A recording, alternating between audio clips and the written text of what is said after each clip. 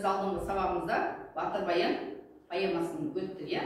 Яғни жырменен танысып, ондағы өткен іс оқиғалардың барлығына тоқталып, қандай іс оқиғалар өтті, қай жерде өтті, барлығына тоқталған болатынбыз. Ал енді бүгінгі сабағымызда осы іс оқиғаны жүзеге асырушы, сол іс оқиғаның ары қарай өрбітуші кімдер болады?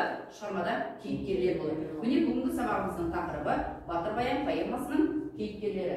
Бүгінгі сабағымыздың мақсаты көркем шығармадағы кейіпкер бейнесін ашып, үзінділерді жатқа айту. Ал енді осы балалар, Батыр баян поэмасында қандай кейіпкерлер кездесті? Кім айтады? Ұлдана? Батыр баян поэмасында Абылайхан, Батыр баян, Ноян және Қалмақ қызы. Қалмақ қызы. Дұрыс па балалар? Иә, дұрыс. Ендеше біз ары қарай осы бейнелерді ашу үшін балалар мынандай тапсырмаларды орындауымыз керек болып тұр.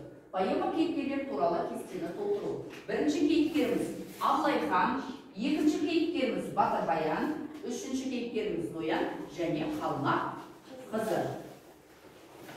Яғни бұл кейіпкерлер қандай? Толығырақ жазамыз балалар, толығырақ. Және шығармамен байланыстырып, мысал келтіріп айтып берсеңдер, аша білсеңдер, одан да жақсы.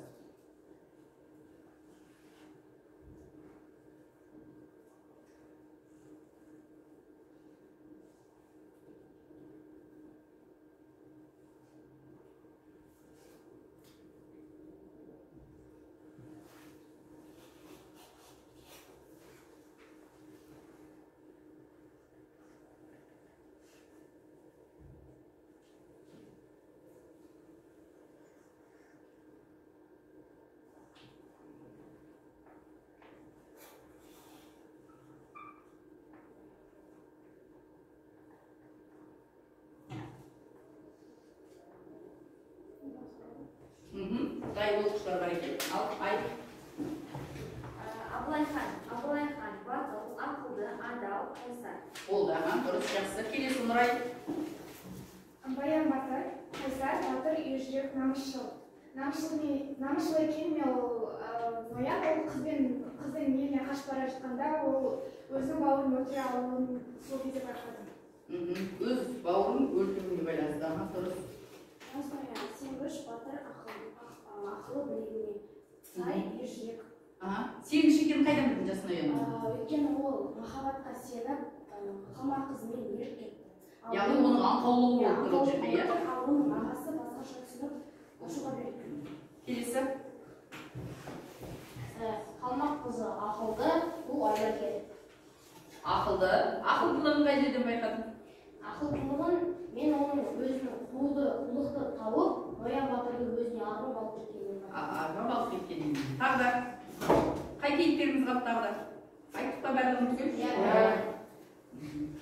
Келесі тапсырма. Енді шығармадан осы кейіпкерлер бейнесі бейнеленген тұсын жатқа айту берілген болатын, иә?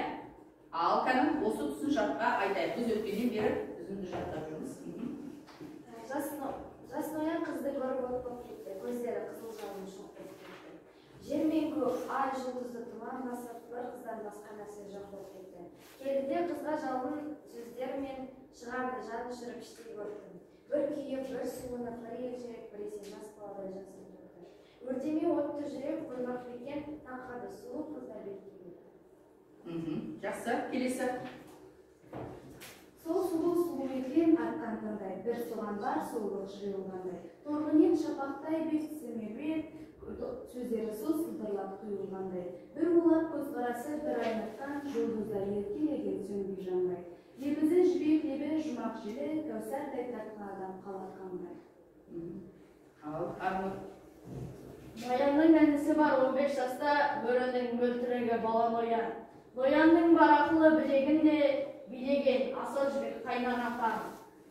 Келгенде ақ сұлудың бір қарауынан Ноянның жүрегінде ұшқын туған. Сол ұшқын өртке айналып жап-жас Ноян алысып жүрегімен аласырған. Жақсы. Жүкетайға. Қалмақтың қайсар қызы қайырылмаған, болаттай жасу білмей майырылмаған. Жап-жас қыз сұмдығын сыр бермейді, жандая ойдан аулақ қайырылмаған. Алаштың арың болып кетсе дағы, жанын енді жұртынан айырылмаған. Келесі. Ол күндер қазақпен қалың қалмақ, қыранмен қарақұста ұялысқан шақ. Баласы алты алаштың Абылайдың астында ақтуының жабысқан шақ. Қазақтың батырлары бәрі қыран, сонда да бір батыр жоқ, баяндайды. Жауының бір жорықта бір сұлуын ер баян алып қайтқан артына сап. Ал Секен. Ер баян біздің елге барған еді. Көп қойған көк жалаудан салған еді. Баласын шырылдатып ап кеткенде ата-анам жылап зарлап қалған еді. Ата-анам жылап зарлап қалған еді. Сорланам көкірегін көкке салу. Сорланам көкірегін көкке салу. Қанжылақ менен бір ант алған еді. Ол анты елдің шетін анам бетін бір көрмей қозым елге барма деді. Анама сөз мына өзім мынау жас ноян жүгінемен еріп деседі. Тағы да кім айтам дейді? Бар ма? Сейсен қол мереке. Жас ноян жүрегінің мойнын бұрды. Жас ноян ер баянға қарсы жүрді. Жақындап келіп қалып ағасына тісімен шошытып да тоқтап тұрды. Жақында аға іні баян ноян алып кел көз алдыма аймен күлді. Дұрысы күміс күлген күлкіспенен күнбелген қара бұлттай қаратылды. Алайда ерке бұлар ноян олар ашулы ағасына қарап. Жақсы. Тағы да айтам деушілер бар ма? Кәні? Алыстан екі қара жүрді баян, кілекей қара бұлттай төнді баян. Ой жоқ бол, жүрек жоқ бол, құр екпін бол, сұңқардай сорғалаған келді баян. Қыз түгіл қаны бірге өз бауырын, танымай да қалғандай болды баян. Байланған белде сала садарына қалшылдап қалды салып қолды баян. Ашуын арыстанның байқаған соң майысып тұра қалды жап-жас ноян. Қараңдаршы балалар, осы жерде батыр баян ноянның артына барып, осындай іс-әрекетке барады, иә? Ал бірақ баянда сол кезде өкініш болды ма? Соңына өкінді ме? Өкінді. Не үшін өкінді? Өз бауырына сондай қол жұмсағанына өкініш болды. Ал бірақ сол мезетте ол не үшін қол сілтеді? Өйткені ол елін, жерін сатып кеткен сатқындай өз бауыры сондай көрді. Өзінің еліне деген сүйіспеншілігі осы жерде батырдың. Барлығынан бұрын елдің алдындағы намысы тұрды. Яғни келесі тапсырмамыз арқылы біз қазір бұл кейіпкерлердің іс-әрекетіне ерекше тоқталып, басқа ауыз әдебиетіндегі кейіпкерлермен не істейміз? Батырды салыстырамыз.